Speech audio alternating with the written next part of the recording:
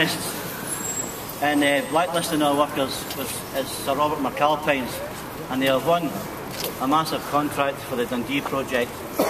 So once we leave here, we're going to leave here at the end of this meeting, down Reform Street, down to the waterfront, to hold a wee protest down at the waterfront.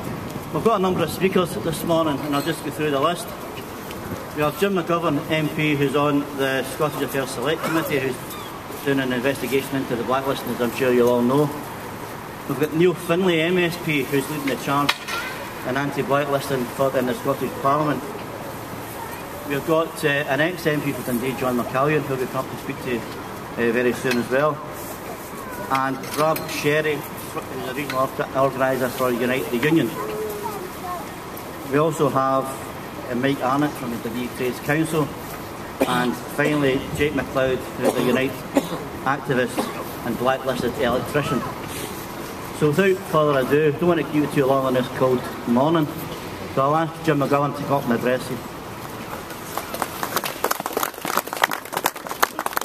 Thanks everybody for turning out. I don't know why Dundee is always described as Greek, but it is pretty poor weather-wise today, so it's great to see so many people turning out.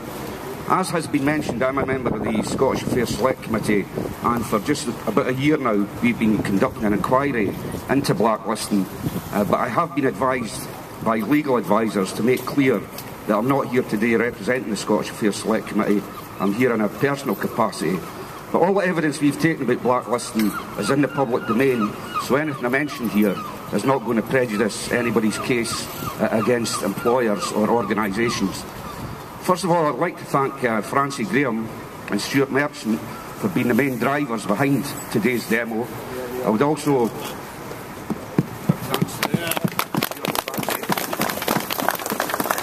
both of them were on the blacklist, and at my invite they very kindly came down to London and gave evidence to the Scottish Affairs Select Committee, and I can tell you the committee members were moved. They were stunned, but they were also moved by the evidence that they heard. So I'm very, very grateful. I'm also grateful to